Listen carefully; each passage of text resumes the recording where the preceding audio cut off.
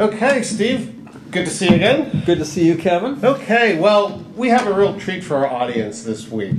Steve, you're going to be doing an interview with Ben Zuckerman. I'm excited about that. And I think as someone who's a fifth-generation California who has seen an enormous amount of change in his lifetime, and certainly when you've talked to your predecessor generations growing up, I'm sure they've seen a lot of change. And, you know, Ben is a professor emeritus at UCLA. He's a professor of astronomy and physics.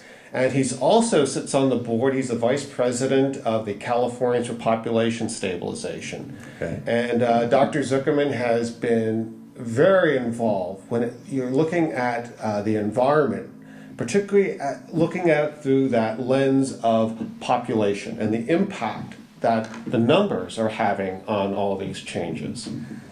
So you mean there is a number? I can't just conserve my way out of ecological damage? We might even be beyond that point. I hope we're not.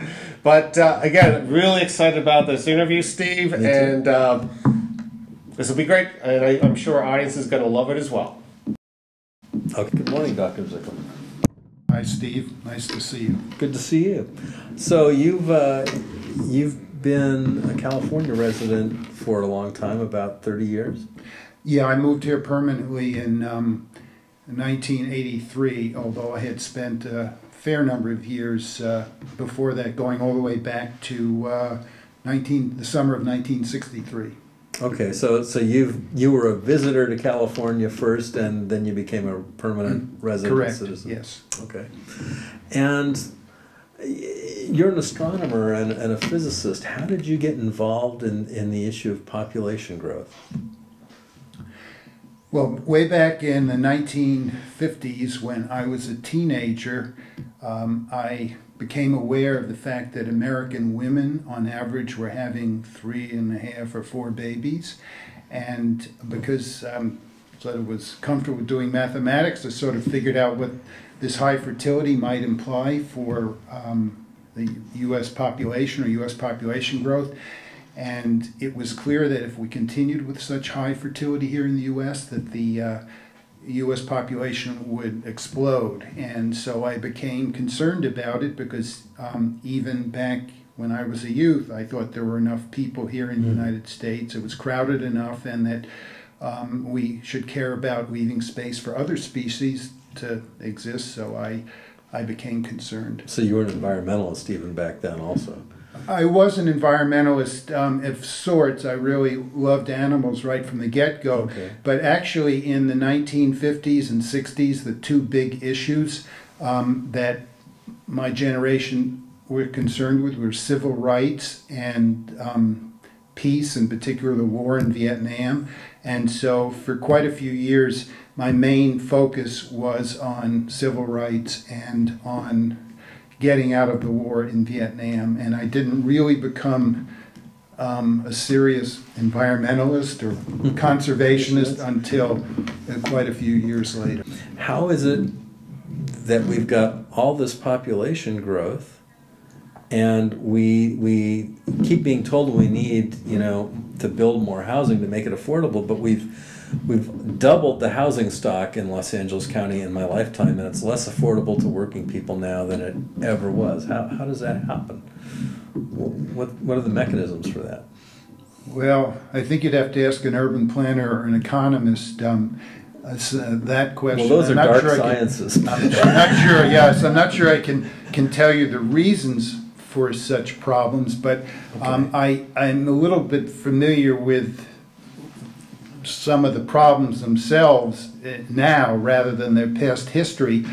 For example, just within the last week or two, I attended a class in urban planning in our public affairs building on the UCLA campus, and there, I don't know, maybe 50 people or so in the room between the students and various interested people like myself who weren't students but were there because they had some guest lecturers who were experts on environmental justice issues and affordable housing, and it was very interesting discussion in various ways. one of the problems is because LA is so heavily developed, I think it's true that there's less sort of parkland or less parkland per capita in Los Angeles than any major city in the United States. That's been true for 30 years. Yeah. Okay.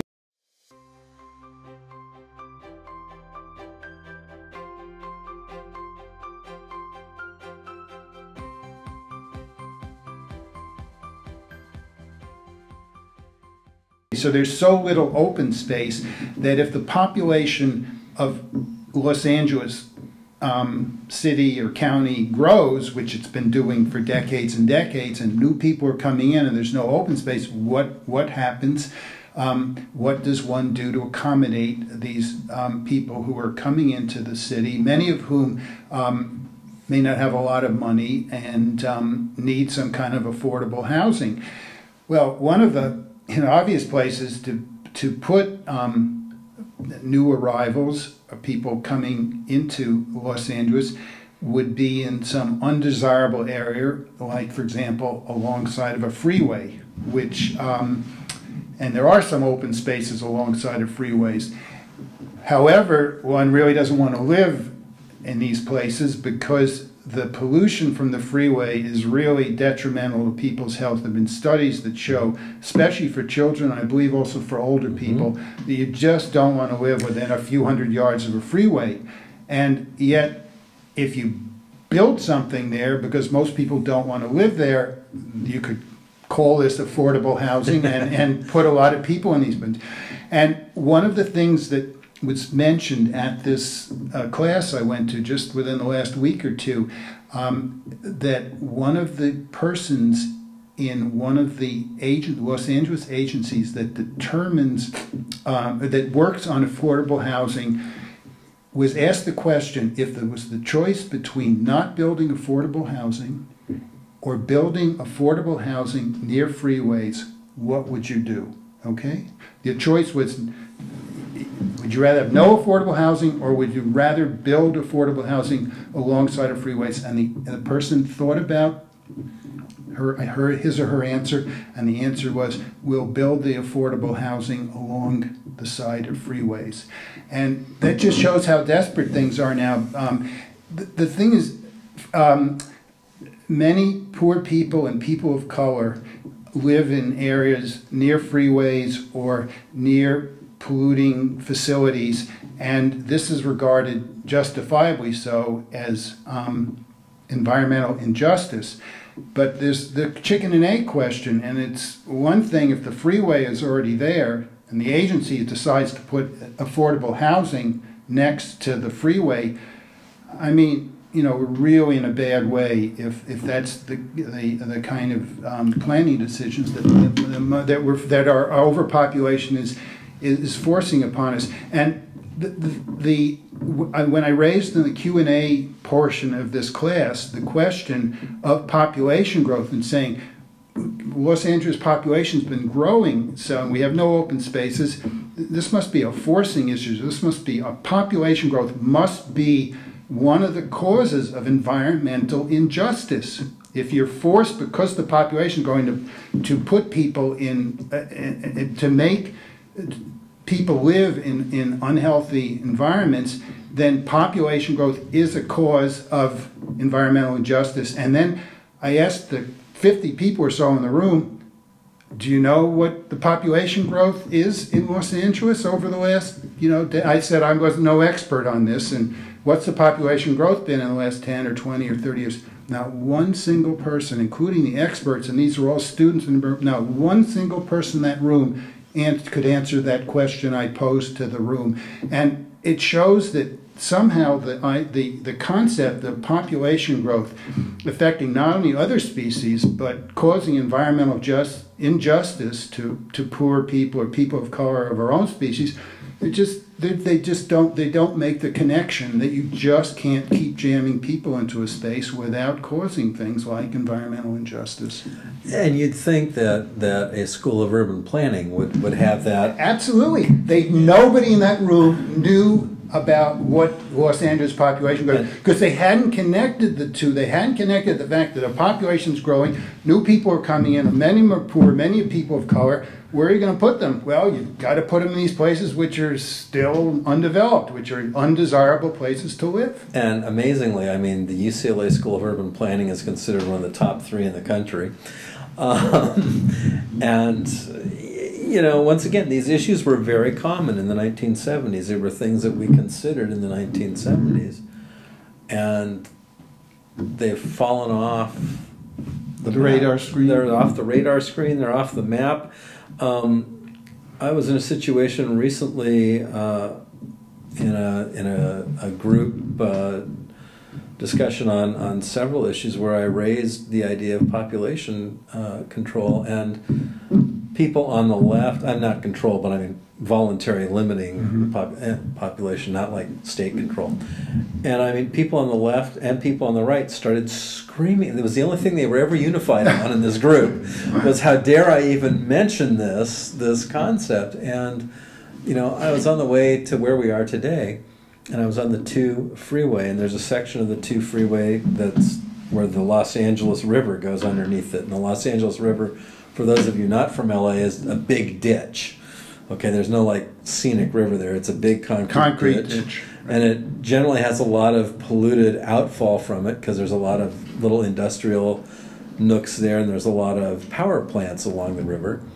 And they were building this hyper-dense apartment structure next to the 2 freeway and on the edge of the Los Angeles River. And I looked at that and I thought, oh my God. And UCLA did do a study, because I was in meetings in the city of Los Angeles. They did a study about 5 years ago where they were recommending that no units be built within 1,000 feet of a freeway because high incidence of cancer, high incidence of emphysema, high incidence of leukemia, all from apartment buildings and houses that are within 1,000 feet of a freeway. So the science is known. We know that putting those things there leads to significant health issues that lead to early death. And we're just shoving the things in there because we've got to keep making room.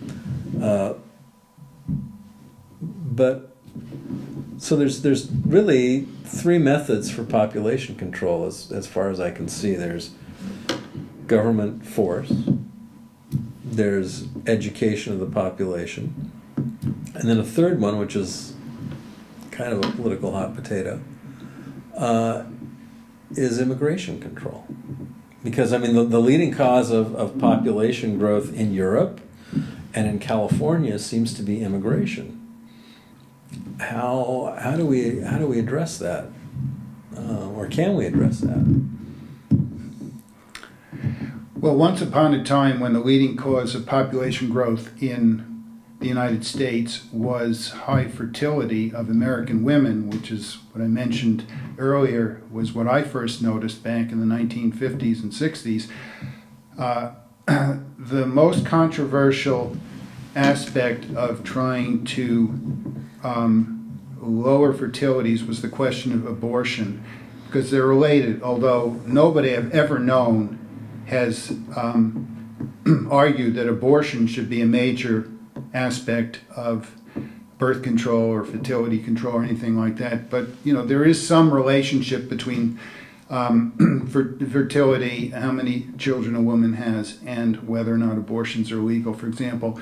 So there was this conflict that went on for quite a few years in the United States, but ultimately was won in the sense that that people lowered their fertility and abortion was made more or less legal. It's still the situation. It's still a contentious issue. But it was one that one could at least deal with at some level. Once the primary cause of U.S. population growth shifted from high fertility of American women to immigration and the U.S.-born children of immigrants, then it became absolutely radioactive, and words like racism and xenophobia became popular as ways to demonize people who thought that immigration levels to the United States should be reduced. And that's pretty much where we stand now. People both on the right and on the left have issues with controlling immigration, and so it's just so politically radioactive that it's literally impossible to deal with.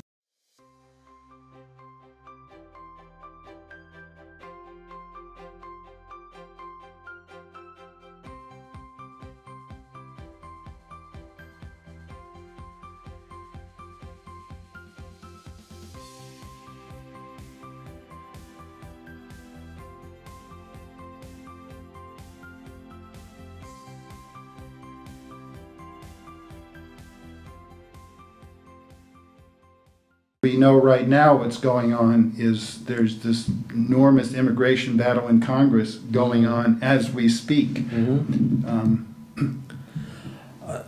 Do you think in part it's, or a major root of this is the nature of capitalism, which demands continuous growth from industry and the economy? Yeah, I do. As I've thought about these kind of issues more and more over the years, I don't see how a system of capitalism such as exists now in the United States and in most of the world, I would say, at least most of the industrialized world, can be compatible with a world that has more than 7 billion on the way to 9 or 10 or 11 billion, depending on whose projections one believes or prefers. I just don't see any way that our current system of resource consumption and pollution and whatnot can lead to anything but disasters and catastrophe, given how many people there are in the world. Way back many years ago, I wrote an op-ed piece for the Los Angeles, that was published in the Los Angeles Times, and the last few sentences in that opinion piece basically said, I think a world with many fewer people, each one of whom can have a reasonable level of consumption, be way preferable to the world that we now live in, and it's going to get worse, where there are just billions of people living at the verge of starvation levels, and it's just somehow human beings are going to have to find a way to reduce our numbers so that consumption levels can be reasonable. Unfortunately, I think that we're not going to stabilize our population in any kind of a rational way, or a combination of our consumption and our population. And so some unpleasant things are on the horizon, I think. But capitalism is definitely part of the problem. And there are a couple of books that have come out recently which recognize that there is an issue with capitalism, and the fact that it requires constant growth of a few percent per year in order to stay healthy, and something's going to have to change. Thank you, Ben. Thank you, Steve. Thank you for having me. Great discussion.